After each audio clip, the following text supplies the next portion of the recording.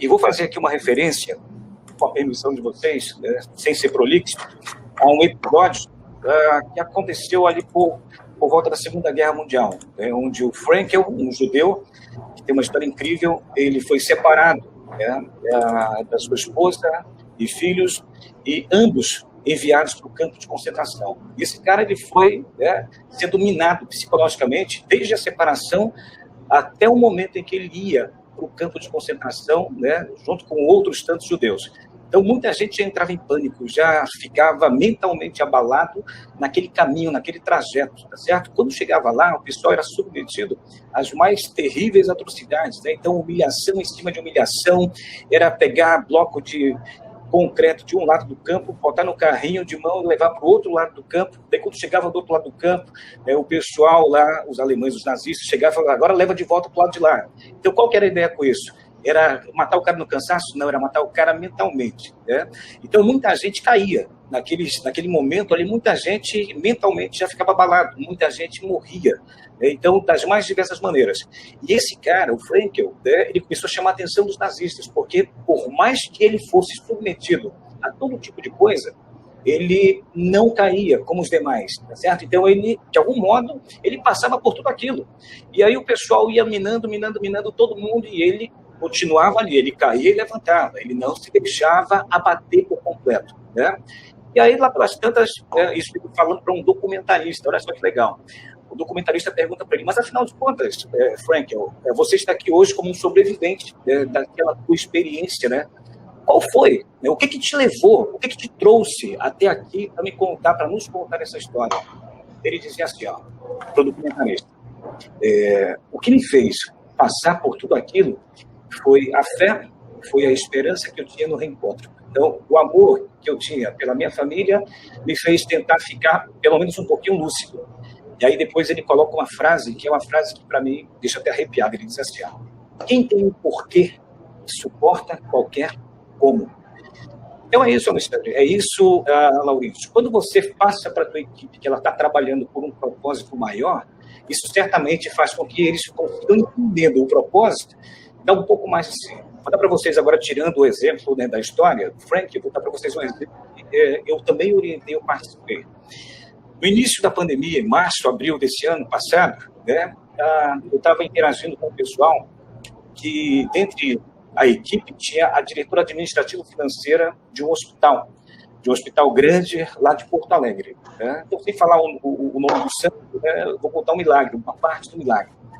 E essa pessoa, essa menina, ela chegou para mim e disse assim, Fernando, eu estou passando por uma situação tremendamente delicada, porque eu estou trabalhando da noite para o dia com o pessoal em home office, né? Então, o pessoal que eu preciso contar com minha equipe de apoio, a gente começou a receber uma pressão tremenda para fazer o quê? A toque de caixa, a ampliação de uma ala inteira do hospital para colocar novos leitos, né, para receber o pessoal possível vítima de Covid.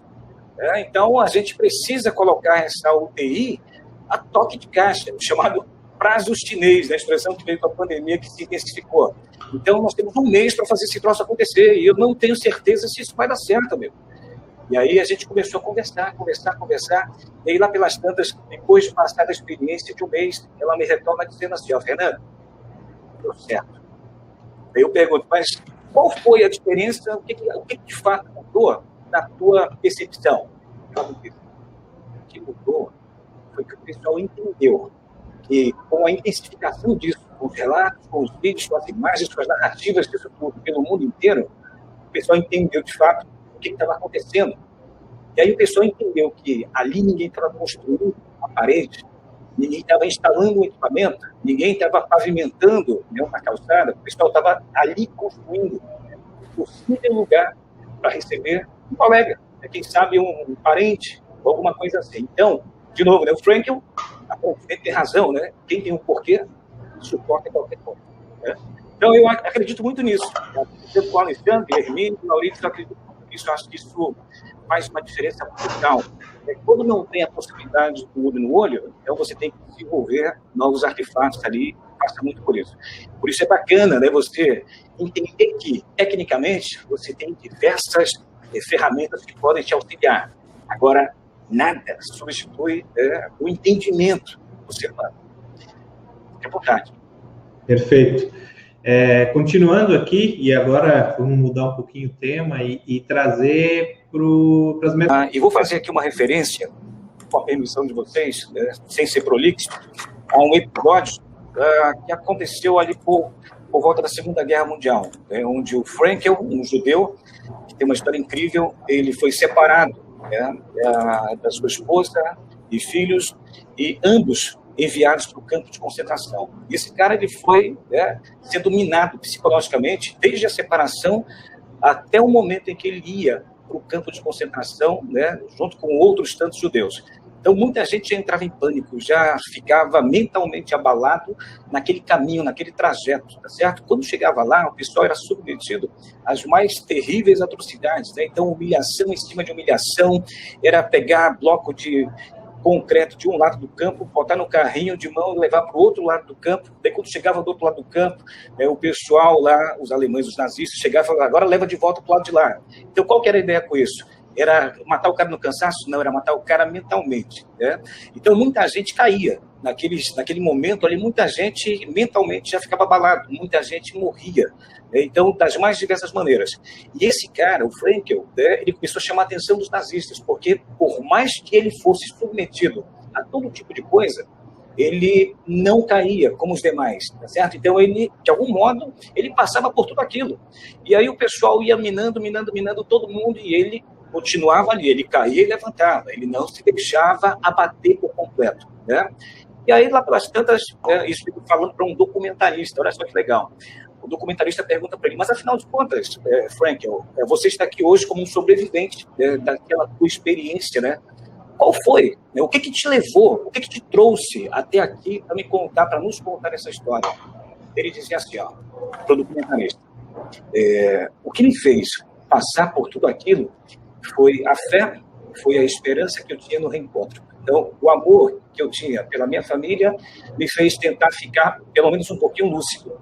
E aí, depois, ele coloca uma frase, que é uma frase que, para mim, deixa até arrepiado. Ele diz assim, quem tem um porquê suporta qualquer como.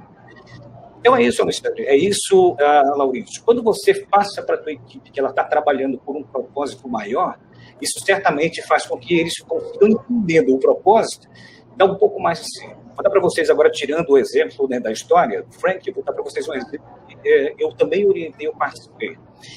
No início da pandemia, em março, abril desse ano passado, eu estava interagindo com o pessoal que, dentre a equipe, tinha a diretora administrativa-financeira de um hospital grande lá de Porto Alegre. Então, sem falar o nome do santo, eu vou contar um milagre, uma parte do milagre. E essa pessoa, essa menina, ela chegou para mim e disse assim, Fernando, eu estou passando por uma situação tremendamente delicada, porque eu estou trabalhando da noite para o dia com o pessoal em home office, Então, pessoal, que eu preciso contar com minha equipe de apoio, a gente começou a receber uma pressão tremenda para fazer o quê? A toque de caixa, a ampliação de uma ala inteira do hospital para colocar novos leitos, para receber o pessoal possível vítima de Covid. Então, a gente precisa colocar essa UTI a toque de caixa, chamado prazo chinês, a expressão que veio com a pandemia que se intensificou. Então, nós temos um mês para fazer esse troço acontecer, e eu não tenho certeza se isso vai dar certo, meu. E aí a gente começou a conversar, e aí lá pelas tantas, depois de passar da experiência de um mês, ela me retorna dizendo assim, Fernando, deu certo. Aí eu pergunto, mas qual foi a diferença, o que de fato mudou na tua percepção? Ela me disse, o que mudou foi que o pessoal entendeu que com a intensificação disso, com os relatos, com os vídeos, com as imagens, com as narrativas disso tudo pelo mundo inteiro, o pessoal entendeu de fato o que estava acontecendo.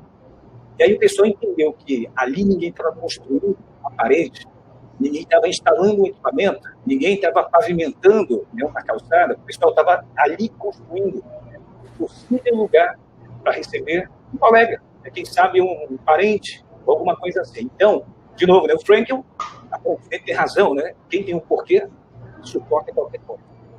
Então, eu acredito muito nisso. Eu com o Alexandre, Hermínio, Maurício, eu acredito muito nisso. Eu acho que isso faz uma diferença brutal. Quando não tem a possibilidade do olho no olho, então você tem que desenvolver novos artefatos ali, passa muito por isso. Por isso é bacana, né, você entender que, tecnicamente, você tem diversas ferramentas que podem te auxiliar. Agora, nada substitui o entendimento do ser humano. Fique à vontade. Perfeito. Continuando aqui, e agora vamos mudar um pouquinho o tema e trazer para as metas. Que esse é um caminho, se não o único, né, é um dos mais importantes, tá certo? E vou fazer aqui uma referência, com a permissão de vocês, né, sem ser prolixo, a um episódio que aconteceu ali por volta da Segunda Guerra Mundial, né, onde o Frankel, um judeu, que tem uma história incrível, ele foi separado, né, da sua esposa e filhos, e ambos enviados para o campo de concentração. E esse cara ele foi, né, sendo minado psicologicamente desde a separação até o momento em que ele ia para o campo de concentração, né, junto com outros tantos judeus. Então, muita gente já entrava em pânico, já ficava mentalmente abalado naquele caminho, naquele trajeto, tá certo? Quando chegava lá, o pessoal era submetido às mais terríveis atrocidades, né? Então, humilhação em cima de humilhação, era pegar bloco de concreto de um lado do campo, botar no carrinho de mão e levar para o outro lado do campo. Daí, quando chegava do outro lado do campo, o pessoal lá, os alemães, os nazistas, chegavam e falavam, agora leva de volta para o lado de lá.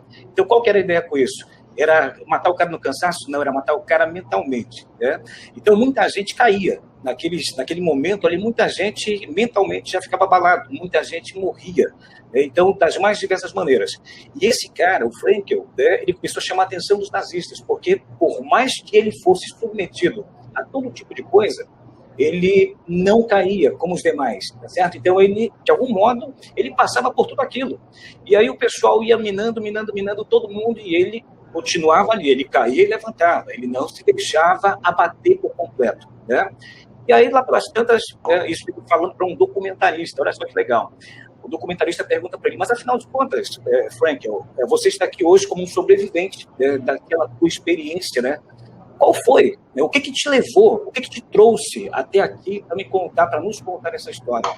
Ele dizia assim, ó, para o documentarista, o que me fez passar por tudo aquilo foi a fé, foi a esperança que eu tinha no reencontro. Então, o amor que eu tinha pela minha família me fez tentar ficar, pelo menos, um pouquinho lúcido. E aí, depois, ele coloca uma frase, que é uma frase que, para mim, deixa até arrepiado. Ele diz assim, quem tem um porquê suporta qualquer como. Então, é isso, Alexandre. É isso, Lauríncio. Quando você passa para a tua equipe que ela está trabalhando por um propósito maior, isso certamente faz com que eles consigam entender o propósito, dá um pouco mais assim. Vou dar para vocês agora, tirando o exemplo, né, da história do Frank, vou dar para vocês um exemplo. Eu também orientei, eu participei. No início da pandemia, em março, abril desse ano passado, né, eu estava interagindo com o pessoal que, dentre a equipe, tinha a diretora administrativa-financeira de um hospital grande lá de Porto Alegre. Né? Então, sem falar o nome do santo, né, eu vou contar um milagre, uma parte do milagre. E essa pessoa, essa menina, ela chegou para mim e disse assim, Fernando, eu estou passando por uma situação tremendamente delicada, porque eu estou trabalhando da noite para o dia com o pessoal em home office, né? Então, o pessoal que eu preciso contar com minha equipe de apoio, a gente começou a receber uma pressão tremenda para fazer o quê? A toque de caixa, a ampliação de uma ala inteira do hospital para colocar novos leitos, né, para receber o pessoal possível vítima de Covid. Então, a gente precisa colocar essa UTI a toque de caixa, o chamado prazo chinês, né, a expressão que veio com a pandemia que se intensificou. Então, nós temos um mês para fazer esse troço acontecer, e eu não tenho certeza se isso vai dar certo, meu. E aí a gente começou a conversar, e aí lá pelas tantas, depois de passar a experiência de um mês, ela me retorna dizendo assim, Fernando, deu certo. Aí eu pergunto, mas qual foi a diferença, o que de fato mudou na tua percepção? O que mudou foi que o pessoal entendeu que com a intensificação disso, com os relatos, com os vídeos, com as imagens, com as narrativas disso tudo pelo mundo inteiro, o pessoal entendeu de fato o que estava acontecendo. E aí o pessoal entendeu que ali ninguém estava construindo a parede, ninguém estava instalando um equipamento, ninguém estava pavimentando, né, uma calçada, o pessoal estava ali construindo um possível lugar para receber um colega, né, quem sabe um parente, ou alguma coisa assim. Então, de novo, né, o Frankl tem razão, né? Quem tem um porquê, suporta qualquer coisa. Né? Então, eu acredito muito nisso. Eu com o Alexandre, Hermínio, Maurício, eu acredito muito nisso. Eu acho que isso faz uma diferença brutal. Quando não tem a possibilidade do olho no olho, então você tem que desenvolver novos artefatos ali, passa muito por isso. Por isso é bacana, né, você entender que, tecnicamente, você tem diversas ferramentas que podem te auxiliar. Agora, nada substitui o entendimento do ser humano. Fique à vontade. Perfeito. Continuando aqui, e agora vamos mudar um pouquinho o tema.